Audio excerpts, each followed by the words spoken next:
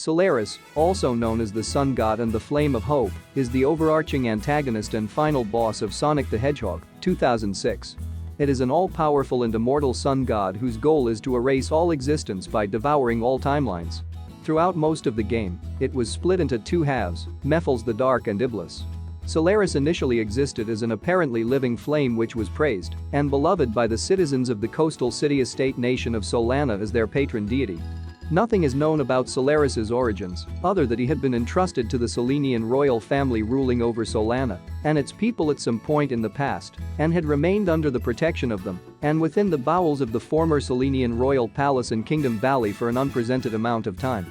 In the Solenian culture, the kingdom of Soleanna held an annual holiday called the Soleanna Sun Festival to honor their god as they celebrate with lights, fireworks, and ceremonial dancing. The final part of the festival begins and ends with members of the Solenian royal family, accompanied by religious Solenian priests in yellow hooded robes, offering prayers to Solaris with hopes of bright and prosperous years for Soleanna as they lit the city's treasured stone monument called the Altar of Light, also called the Altar of Flame, in the center of the city square.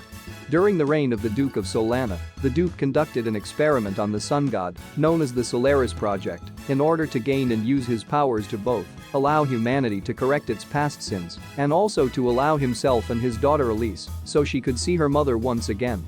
Once Solaris's flame had grown significantly large enough, the Solaris Project was initiated, leading to several experiments being performed on Solaris. However, during one such experiment, Solaris became unstable, ignoring the Duke of Soleanna's pleas and split into two evil entities, Iblis, the raw power, and Mephals, the cunning conscious mind. Mephals was sealed into an artifact known as the Scepter of Darkness by the time-traveling Shadow the Hedgehog, while the Duke was forced to seal Iblis inside of Princess Elise's soul. Before dying from wounds caused by the accident, he told his daughter to grow up to be a strong queen who would never cry, as doing so would destroy the seal on Iblis, which is said to bring about the day of disaster upon its awakening.